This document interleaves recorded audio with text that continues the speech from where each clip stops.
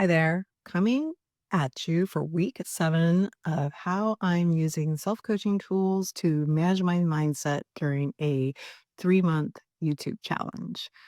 So, week 7, as I said, and to tell you a little bit about the YouTube challenge, this is run by a course I took in the description. I'll put the notes about the course in the description and how you can join if you want. And this particular YouTube challenge was to see if you could get monetized or double your income in 3 months. Now, self-coaching for skeptics isn't yet monetized, so that's my goal. And, we're heading in the right direction, I would say. We're increasing our subscribers and our viewpoints, and our viewing hours. And the other pieces of the challenge that were supposed to be sort of prompts to help you were to double your output. So that is how many videos you created per week, per month.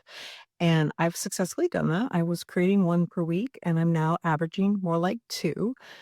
It was also to suggest video batching, your video recording in batches of four, at least try four one time. And I will report that a little later in this video about that and how that worked for me. And there was also the idea was to use an opportunity that's happening in your niche and potentially so this video might go viral or that you might really hit on something that's happening. I was able to find something in my niche. I've chosen, and you can see these series on another playlist here, but it's addressed to those employees of federal agencies or federal funded or adjacent agencies who might be dealing with uncertainty about their jobs because that's what I do full time. I work in one of those entities. So it's hitting home for me and I wanted to share that with others. So that was kind of how I looked at that. And then another way was making an investment in your business in a sense that something you could purchase or invest in that you could then make a video out of. So, for example, I've given before is that some of the people, a lot of the people on this particular course are travel writers or have a travel channel.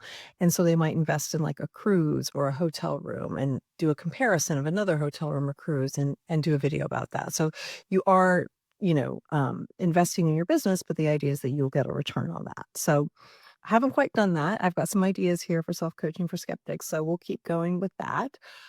But also to celebrate my wins, a big one I do want to share with, and this is something that has come up and maybe not in this challenge video, but in some of my other videos, I've shared that as of yet, I hadn't told a lot of people in my immediate circle about my YouTube channel. And that, was partly because it was kind of like a seedling, it was something I was sort of wanting to protect and make sure that I could let it get a little sturdier before I started putting it out there in the world to people I loved and knew who also might provide me feedback, and I wanted to feel a little solid about that. It's also connected to some retirement plans we have that I sprung on my family, a while ago that, they've had various reactions to. And so I kind of wanted to let things settle before I brought up this YouTube channel. But this is part of how I see potentially supporting some of my retirement plans. And we'll see. Hopefully, we'll get there. But it was kind of fun sharing that with family, and as I usually am, I was surprised by what amount of discomfort I did feel in the moment.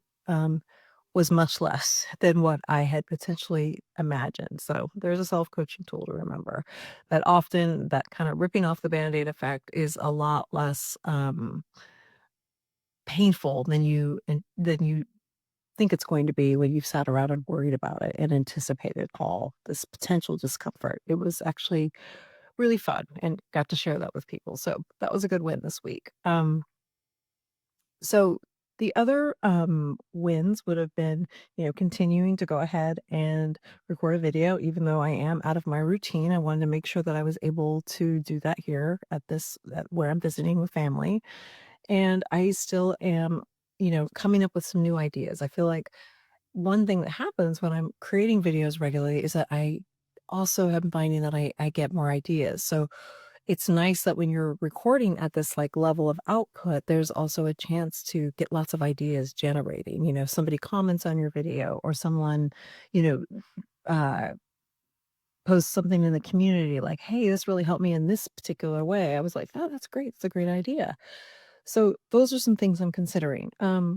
The other tools to think about in week 7 is one that when I was, with a different coach, this teacher we had would call it a dread sprint. And it's really just a way of using, kind of a time limited amount of time to take care of a productivity task, a focused approach to taking care of something, particularly something you're not really potentially looking forward to. And there are parts of all jobs, all undertakings that people like more than others. And honestly, sometimes I can find myself getting lost in like busy work because it feels like I'm doing something, but in essence, I'm avoiding something. So, for instance, before I was able to, finally realize that it was recording I needed to start it with, I spent lots of time, you know, uh, figuring out what technology I needed to know, what software I wanted to use, what kind of niche I was going to develop, and different ideas for content, how I was going to arrange things. When really at that point, I noticed I was avoiding getting on the camera. And I've actually got a series where I'm trying to talk what I did to get over this very important and pervasive hump for people. It's like they'll get all this pieces, and then there's, 5 or 6 typical things that keep people from like actually starting to record. So check out that video series. I've just started, my first video on that. Um, but but back to the tools. The tool was, like I said, it was kind of named Dread Sprint. The idea is basically you take that task that you don't want to do, and you don't try to avoid noticing that you're not looking forward to it. And for me, this might have been editing. It's not that I particularly mind editing, but often it means getting back on a computer when I might have already been doing that all day at my day job. So that's where I can sort of get that idea like, "Ugh, I just really don't want to do this." So I notice that's happening and I allow that. I don't want to try to resist that feeling, or sometimes it will take me more energy to, like, reverse my mindset to where I'm feeling excited about editing, particularly if I'm doing it at 7 o'clock at night after I've been on campus all day. So, rather than, like, try to mess with all that resource-heavy changing of a thought, I might just decide, "You know what? I'm not looking forward to this. It's understandable. It's okay and I'm still gonna go ahead and do it." But here are some ways that I make that easier. So I tend to just do things in like a 25-minute sprint. And some people call this the Pomodoro method. I think a lot of people know this from kind of productivity places, and it was based on the name of the kind of tomato kitchen timer that people would use, and they would set it for 25 minutes. The guy that developed it, I think it was, I wrote it down, Francesco Cirillo. But anyway, Francesco decided he would use call it the Pomodoro method, where you do something for 25 minutes and then you take a 5-minute break. And I use this all the time in my day job. And I thought, yeah, I can actually do it with this YouTube channel too. I don't need to pretend like I enjoy every aspect at every single moment. I can sit and think, yeah, I can go do this for 25 minutes. And one of the thoughts I use to kind of get myself to that space of action is just that. I can do anything for 25 minutes. And to make that the most successful, I will eliminate all distractions as possible. So if I'm going to do editing for 25 minutes, I make sure that's the only thing that's open on my computer. I move my phone out of the room. I shut the door. I might wear headphones that cancel out other noise. I mean, I usually use them when I'm editing anyway, but I really make it clear, hey, by the way, I'm going to be going in this room and doing the editing. I'll see you in about a half an hour. And I set the clock for 25 minutes. And the point too is you really do wanna try to stop at that 25 minutes. Don't get me wrong, sometimes I've got a few minutes longer, but the idea is, particularly if I'm using this throughout the workday, is that I then get that 5 minutes of rest. Get up, go stretch your legs, get a drink of water, whatever it's going to be. And it's nice because then you're acknowledging this, like, "Hey, I'm looking after you, and I will make sure that you have breaks, and you don't need to worry. I'm not gonna make you sit here in front of the computer for 2 hours straight after work. You just have to go do 25 minutes, and then you can go do 5 minutes of taking a break, petting my cat," one of my favorite breaks, as you may know. I often mention it here. So, again, that was a tool I used when I was approaching some places for the video creation that maybe I wasn't as looking forward to for various reasons. The other, tool that I used was kind of looking at the data that I had created over this 7 weeks. I think we're about starting the 8th. My weeks might be a little off, so do forgive me, but I did try the video batching 4 videos at a time, and I tried it a couple times, and as you may have learned on one of my video last week, I actually did 4 videos and recorded them all without audio. And that was data that made me think, "Okay, I need to definitely test videos out before I start recording," which you'll be happy to hear I did today. But the other piece about that is that I really found for myself that recording that many videos at one time on one of my weekend days, was was not producing what I thought was the kind of output that I wanted to create for my viewers. And what I mean by that is, yes, I could do it. I could do it. It took a couple hours for me, to kind of, make sure that I had my notes for my scripts, etc., all ready.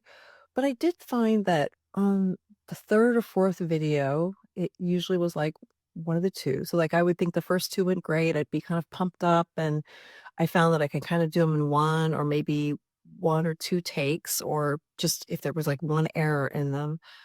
But I found the second or the excuse me, the second half of the 3rd or 4th just didn't quite gel, and I found that both of those, I seemed to be reading from my notes a bit more. I didn't seem as comfortable. I think I was actually tired. And, I kept thinking, well, I have to do it this way. And that reminded me, like, actually, no. I mean, for me, what I'm finding working full time and in a kind of an intense atmosphere at work is that I really want those downtime that I have over the weekend just to really disengage and not feel like I have to be or should be doing anything. And as much as I have my compelling reason for wanting to have this YouTube channel, and I have a whole video on that and why that's an important thing to know when you're starting a big undertaking or a big goal, I also realize that for me, it might just have to look like recording more often, but better output. So I have found that since I've kind of, allowed for that idea and that possibility, I've relaxed a lot because what I am finding is that the kind of cadence for me is I get an idea that I want to record or that I think I can help people or something that's going on in my life that I've used a tool to solve that I want to share. And I do need to like let that kind of marinate for a while. And I might make some notes like maybe over the weekend and then maybe write up some script notes on during the week and maybe practice a run through. And honestly, I just sort of talk to myself during the week. But, there's a lot of talking for yourself here at Self Coaching for Skeptics. I've warned you on that before, but it may look like just getting a chance to like let that idea breathe and sound more natural. I have admitted here, and I think everyone should try it, is using AI to kind of help you with some of these prompts. But using it to the point where it's developing a script to me sounded, too hollow, it didn't have enough of, the Aaron effect, for lack of a better word. It didn't have enough of me in there, and so by allowing myself a little more time and to let those ideas, like I said, kind of, um, become cohesive and introduce my own, examples naturally and organically, I found that those videos seem to turn out better. And so that's what's happened with this video. I knew I wanted to talk to you like I've been doing at the end of every week. And so when something's come up for me, I think, oh, this is a tool I want to mention. And I'll mention how I tried to video record. So I find that that's been a good cadence for me. Now, like I said, this video that I do on a weekly basis is definitely a little more rough and ready. I don't have all my equipment set up. I haven't stuck to my usual constraints of having to wear a certain kind of color or anything like that. Um, but I have often found that these videos are well received and seem the most like me. That doesn't mean that I'm not maybe repeating words or going on a bit longer, but the more the videos seem cohesive, then you can kind of, like I said, shoot them in one take, and then the editing is so much less. So it didn't make sense to me to record 2 extra videos that were going to need so much more editing because right now for me, that still takes quite a bit of time. So I decided I'm gonna just try for the next month of this challenge, just kind of reducing it to either 1 or 2, kind of more formal type videos where I've really done a lot more allowed a little more time and planning, and then perhaps still have this one video that I kinda do off the cuff, and we'll see how that goes. I get I can imagine that when I'm not maybe working full time, that I could come up with a cadence that would be, would allow for more, intense video recording sessions, and that might really work. But I do think for where I'm at right now, I just need to kinda be Aaron in this moment and use the data I've learned, and it's important that I know that I like my reasons when I'm going forward this isn't me saying, "Oh, I found it too hard," or "Because I messed up my audio that one time, I'm never gonna do that again." It really was a lot of different data points that I was able to reflect on, and it was great because 'cause I've had 7 weeks of that data. And I was like, "Yeah, I feel like this would be better for my channel right now." So like I said, these are poor long-winded, but again, those tools were, try to think of those productivity in like a small batch, but where you also add like some self-care at the end so that you can like let yourself relax a little bit. You've got that reassurance that you're taking care of yourself. And also, be yourself with, the data points, realize what's working for you and that maybe not will not necessarily fit the confines of whatever you've signed up for your goal or how most people are doing it. But, be prepared to experiment, but then also reflect on the data and then work around that. Work with what's working for you. Anyway, I hope you're enjoying the challenge. If you're doing a challenge, I'd love to hear what you're doing to support yourself in that. If you'd like me to talk about any other particular tips that I can offer you or have any questions, please feel free to leave it in the comments and be sure you're subscribing if you're not already. I'll see you next week. Thank you.